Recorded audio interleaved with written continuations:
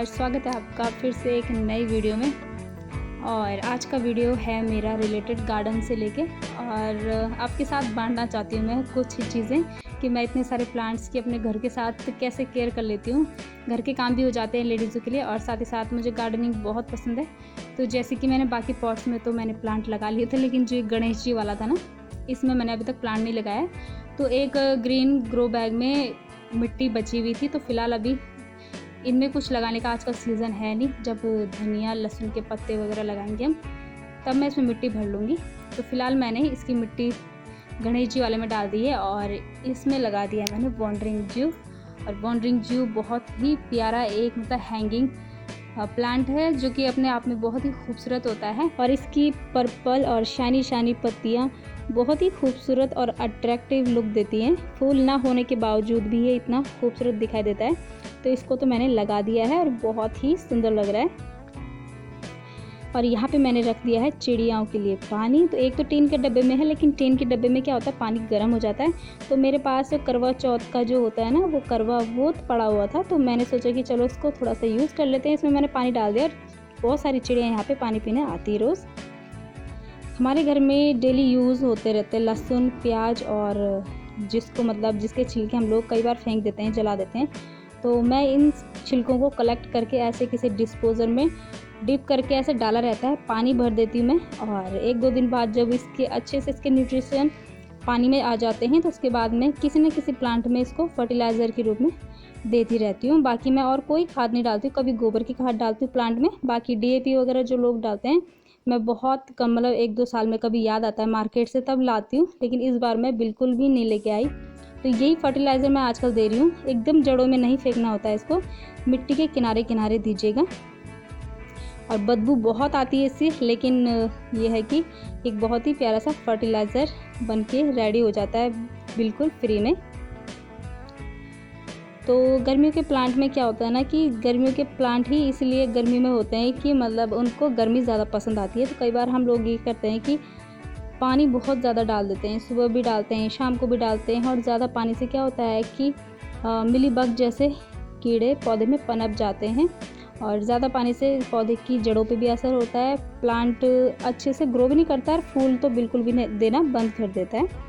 तो मैं एक ही टाइम पानी डालती हूँ और पानी डालने का सही समय जैसे मॉर्निंग में आप डालें या फिर शाम को सूर्यास्त के कम से कम 1-1.5 घंटे बाद डालें। तो ये देखिए गेंदे का फूल कुछ इस प्रकार से हो गया मुरझाया हुआ, क्योंकि गेंदे के लिए बहुत ज़्यादा टेम्परेचर हो रखा है अभी, क्योंकि अक्टूबर-नवंबर तक इसके अच्छे से ग्रोथ और फूल खिलते हैं। तो अभी टेम्परेचर बहुत हाई है, लेकिन फिर भी कुछ कुछ गेंदों पे फूल आ रहे हैं। और बहुत सारे ऐसे प्लांट हैं जैसे पोर्चुलाका वगैरह, तो ये भी पानी बहुत कम मांगते हैं। अगर ज़्यादा नमी रहे तो इनमें फ्लावरिंग रुक जाती है और हम यही सोचते रहते हैं कि शायद इसमें खाद देनी पड़ेगी या फिर कुछ और। तो जितने भी समर प्लांट्स हैं इनको ये है कि मतलब एक टाइम आप पानी दीजिएगा, भरपूर धूप में रखिएगा, तो ये बहुत ही अच्छे से ग्रो करते हैं। और खरपतवार मैं निकालती रहती हूँ। खरपतवार ये ना कि सारी मिट्टी का न्यूट्रिशन लेके इतनी जल्दी बढ़ती है। तो जितना न्यूट्रिशन इनको मिलेगा, इससे अच्छा है कि वो हमारे प्लांट्स को मिले।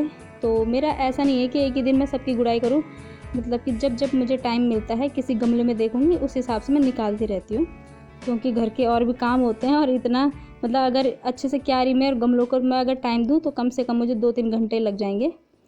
तो ये है मेरा बोगनविलिया और इस पर भी अब बहुत जल्द फ्लावरिंग हो जाएगी। तो बहुत कम पानी में ये भी देखो कितने अच्छे से खिल रखा है। ये है क्रोटन जो मैंने लगाया था और अच्छे से इसकी कटिंग ग्रो भी हो गई है। और इसकी मिट्टी दिखाती हूँ मैं आपको, ना ज़्यादा गीली है और ना ज़्यादा सूखी है, भुरभुरी सी मिट्टी हो रखी है इसकी। और इसमें अगर मैं अभी 3 दिन तक भी पानी ना दूँ तो कोई मतलब नहीं है कि इस प्लांट को कोई फ़र्क पड़े।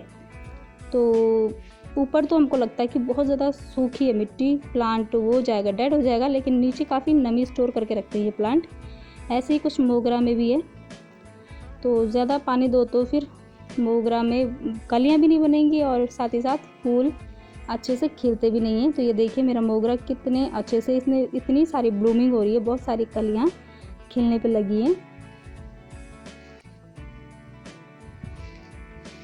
साथ ही साथ प्लांट्स में कीड़ों का बहुत ध्यान देना पड़ता है। तो पर्सिलिन पे लगता है बहुत ही गंदा वाला कीड़ा, जो कि मुझे इसको देख के बहुत गुस्सा आता है। और जब भी फैलता है ना किसी प्लांट में तो सब पे ही फैल जाता है। और ख़ासकर जूसी स्टेम वाले जो प्लांट होते हैं उनमें ज़्यादा फैलता है, जैसे टमाटर हो गया और पर्सिलिन हो गया, पोर्चुलाका हो गया, और भी जूसी जो प्लांट्स होते हैं जैसे कैलेंचोई हो गया। तो ये देखिए जैसे किसी ज़माने में जूं पड़ती थी ना सर पे, उसी टाइप से ये इतने सारे लगे हैं, घूम रहे हैं। तो वैसे तो मुझे घिन आती है ऐसे कीड़ों को हाथ से मसलने में, लेकिन जहाँ पे मिलीबग की बात आई तो मुझे इतना गुस्सा आता है ना इसको देख के कि प्लांट्स का पूरा न्यूट्रिशन ले लेता है और उसके बाद फूल टेढ़े मेढ़े छोटे बड़े खिलते हैं।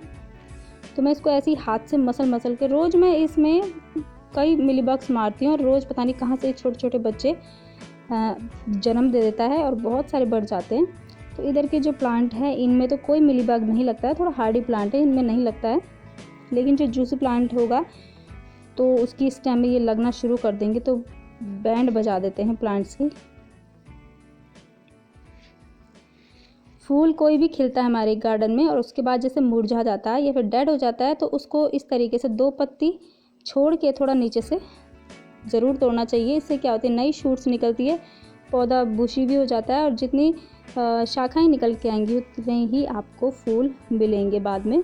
तो मेरा जैसा मोगरा है तो मोगरा को भी मैं कुछ इस तरीके से तोड़ रही हूँ, और साथ ही साथ आप देख रहे होंगे इसके नीचे से काफ़ी कलियाँ भी आई हैं, नई टहनियाँ भी। कुछ ऐसे होते हैं प्लांट्स जिनमें टहनियाँ होती ही नहीं है, डायरेक्ट लीफ होती हैं, जैसे पोर्चुलाका, पर्सिलिन, और ये वाला जो इसका मुझे नाम नहीं पता, तो इसमें भी फूल पड़े हुए रहते हैं। तो ये फूल फालतू में मतलब थोड़ी बहुत एनर्जी तो लेंगे, तो इससे अच्छा है कि ये एनर्जी हमारे प्लांट्स को मिले नए फूल ग्रोथ करने में। तो इनको भी मैं हटाती रहती हूँ।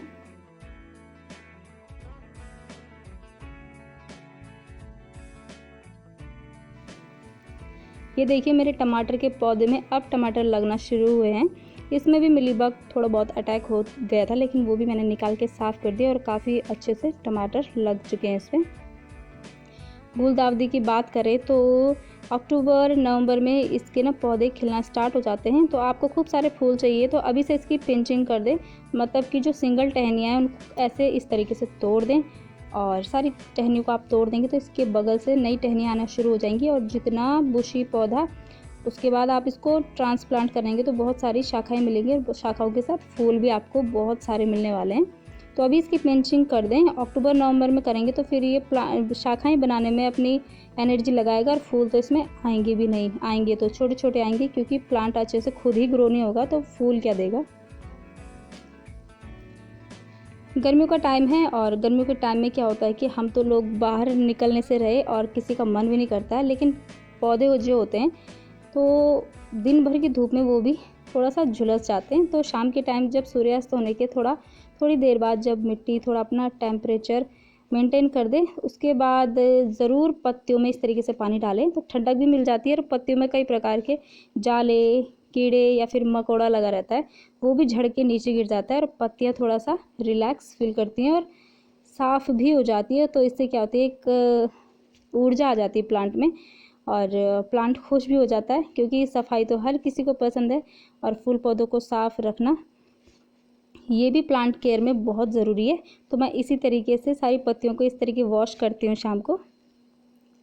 हमारे घर में छोटी मोटी बोतलें रहती हैं पड़ी हुई बच्चों की, तो मेरे बच्चों की भी ये पहले की बोतल्स थी, अब तो वो मिल्टन की स्टील बोतल जाते हैं। तो ये पड़ी हुई थी, इसमें मैं अंडा यूज़ करते हैं हम, तो अंडे के छिलके, प्याज के छिलके, लहसुन के छिलके, ऐसे ही डिस्पोज़र में जो भी खाली ऐसी फालतू की बोतल्स पड़ी हूँ उनमें डाल देती हूँ।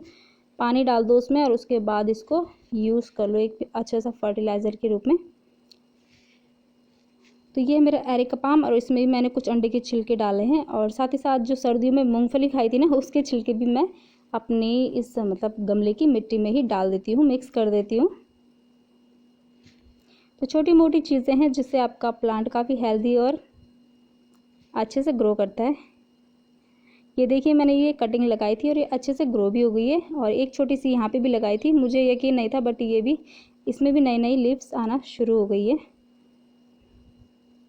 तो जब भी आप कटिंग लगाएं, तो आज आपने कटिंग लगाई, आज आपने पानी अच्छे से दे दिया और 1-2 दिन छोड़ दिया, तो कटिंग आपकी अच्छे से ग्रो नहीं करेगी। तो अभी इसकी ग्रोथ पीरियड को अच्छा रखना है हमको, तो रोज़ थोड़ा थोड़ा पानी इसमें डालना पड़ेगा। ज़्यादा नमी नहीं करनी है मिट्टी में कि जो कीड़े पनप जाएँ, थोड़ा थोड़ा आधा आधा गिलास पानी ज़रूर देना है, क्योंकि जितनी नमी रहेगी फटाफट से रूट्स डेवलप होंगी और आपकी कटिंग्स फटाफट से तैयार होंगी। जैसे कि देखिए इतनी भीषण गर्मी में भी मेरी अच्छे से कटिंग रेडी हो चुकी है। और ज़्यादा नहीं, थोड़ा थोड़ा मैं इनमें रोज़ पानी डालती रहती हूँ, क्योंकि गर्मी बहुत है और छाया में रखेंगे तो ज़्यादा बेटर होगा। धूप में कटिंग ग्रो बहुत कम करती है। तो बहुत सारी चीज़ें ऐसी है गार्डन से रिलेटेड जिनको समझना बहुत ज़रूरी है। और ये देखिए पॉलिनेटर्स मतलब कि तितलियाँ, भंवरे आकर्षित होते हैं जब फूल खिले हों हमारी बगिया में, और इन्हीं का काम है कि ये मेल से फीमेल पे परागकणों को ले जाते हैं। और ये देखिए मेरी एक तोरी भी लग चुकी है और इनका बहुत बड़ा रोल होता है। तो अगर आप सब्ज़ी वगैरह लगाते हैं तो फूल ज़रूर लगाएं अपने गार्डन में, क्योंकि इनके रहने से ही पॉलिनेटर्स आपके गार्डन में आकर्षित होते हैं। गुड़ाई का तो मेरा ऐसा है कि टाइम मिलता नहीं है, कभी 15 दिन में, कभी 20 दिन में, और एक एक गमले की करती हूँ मैं, कभी किसी की कभी किसी की, क्योंकि घर में बहुत ज़्यादा काम हो जाता है तो मुझे इतना टाइम मिलता नहीं है। और प्लांट से गिरे हुए जो सूखे फूल और पत्तियाँ होती हैं ना, वो मैं साइड नहीं फेंकती हूँ, मैं इसी मिट्टी के साथ इनको मिक्स करके क्रश करके, सूखी रहती है, क्रश करके और मिट्टी के बीच ही दबा दो। ये भी धीरे धीरे सड़ गल करके एक टाइप का खाद बन जाएगा।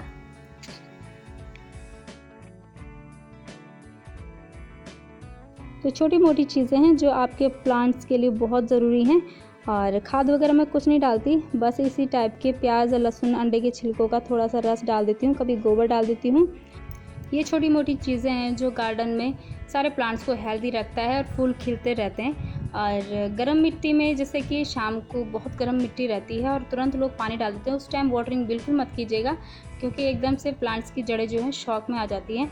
एकदम गर्म मिट्टी में अगर आप ठंडा पानी डालेंगे तो जब भी प्लांट्स को पानी दें तो या तो सुबह तड़के दे दें और या फिर शाम को सूर्यास्त के काफ़ी टाइम बाद, जो कि मिट्टी थोड़ा मेंटेन हो जाए, ठंडी हो जाए मिट्टी। तो चलिए आज का वीडियो भी करते हैं यहीं पे एंड। होप आप लोगों को वीडियो पसंद आया होगा। तो मिलते हैं ऐसे ही किसी अच्छे और प्यारे से वीडियो के साथ। तब तक के लिए आप सभी को बाय बाय। जय देवभूमि, जय उत्तराखंड, हर हर महादेव।